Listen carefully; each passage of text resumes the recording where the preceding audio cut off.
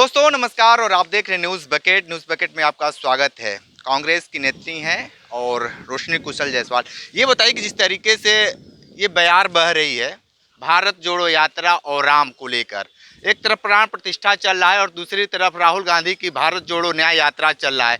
क्या ये जो बयार जो चल रही है उस बयार में कांग्रेस उड़ जाएगी या रह जाएगी?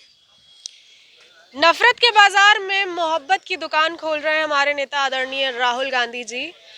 पहले 4000 किलोमीटर की यात्रा की उन्होंने और अब 6000 किलोमीटर से भी ज़्यादा की यात्रा कर रहे हैं मणिपुर से मुंबई तक।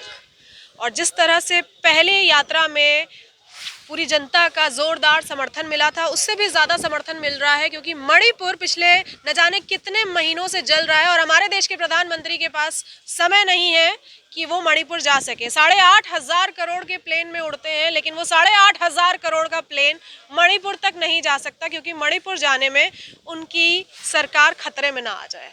मणिपुर को जलता हुआ रोक सकते हैं वो रशिया और यूक्रेन के युद्ध को रोक सकते हैं, तो वो मणिपुर को जलता हुआ क्यों नहीं रोक सकते? मणिपुर गए हमारे नेता आदरणीय राहुल गांधी जी और वहीं से यात्रा प्रारंभ भी हुई है और मुंबई तक जाएगी ये यात्रा, और इस यात्रा को कोई नहीं रोक सकता। चुनाव को लेकर क्या कहेंगे, जिस तरीके से लगातार सरगर्मी बढ़ता जा रहा है? चुनाव बहुत नजदीक है और इंडिया जीतेगा, लेकिन इंडिया के नाम लेने से लोग बहुत कतरा भी रहे हैं। जिस इंडिया को गाने में यूज करते थे, आई लव माई इंडिया, जैसे ही गठबंधन का नाम इंडिया रखा गया, वहाँ हमारे देश का नाम ही चेंज करके भारत रख दिया। पहले ये शहरों का नाम चेंज कर रहे थे, इलाहाबाद से प्रयागराज, अब इन्होंने देश का ही नाम चेंज करके भारत रख दिया है।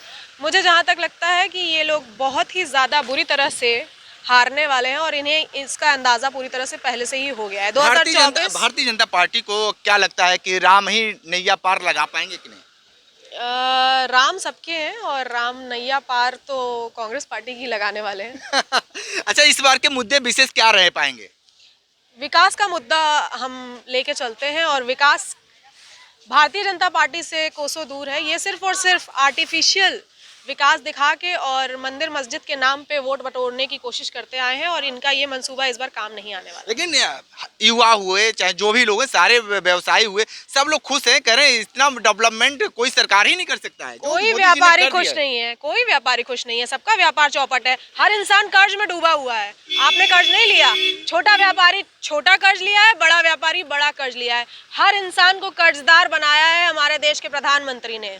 तो अब क्या होगा? क्या आपको लगता है इन जो कारोबारी हैं, जो छोटे छोटे तबके के बिजनेसमैन, उनको समझ में आ जाएगा क्या? बिल्कुल समझ में आ रहा है और सारे व्यापारी नाखुश हैं और इस बार भारतीय जनता पार्टी को धूल चटाने का काम करेंगे। तो भैया भारतीय जनता पार्टी को धूल चटाने के लिए तैयार हैं और जिस तरीके से लगातार अब संघर्ष होता रहा। एक आखिरी सवाल है आपसे कि आप जिस तरीके से जो गठबंधन बना है, लगातार ये भी मीडिया लगातार पूछती है कि प्रधानमंत्री का चेहरा कौन होगा। हम भी आपसे पूछ लेते हैं कौन चेहरा होगा?